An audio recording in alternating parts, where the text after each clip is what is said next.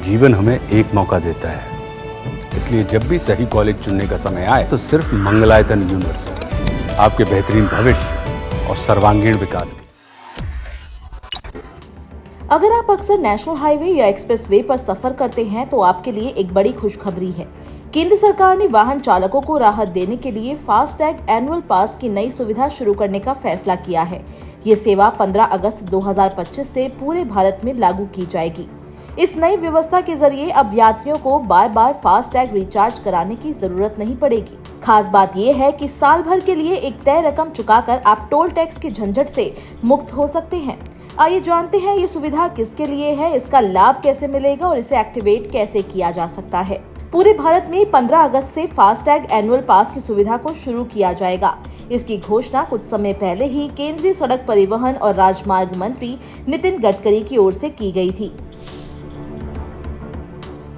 FASTag annual पास को राजमार्ग यात्रा ऐप और NHAI की वेबसाइट पर लिंक किया जाएगा। यहां से आप अपने लिए इसकी प्री बुकिंग करवा पाएंगे। एक बार प्री बुक करवाने के बाद उसी लिंक के जरिए आपको UPI, डेबिट या क्रेडिट कार्ड के जरिए पेमेंट करनी होगी। पेमेंट करने के 2 घंटे के अंदर ही इस पास को आपके मौजूदा फास्टैग पर एक्टिव कर दिया जाएगा।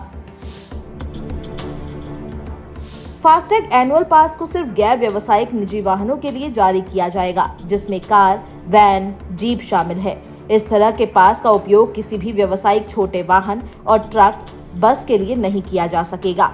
केंद्र सरकार की ओर से इस तरह की सुविधा को शुरू करने का सबसे ज्यादा फायदा उन लोगों को मिलेगा जो एक राज्य से दूसरे राज्य में जाने के लिए नेशनल हाईवे या एक्सप्रेसवे का उपयोग करते हैं।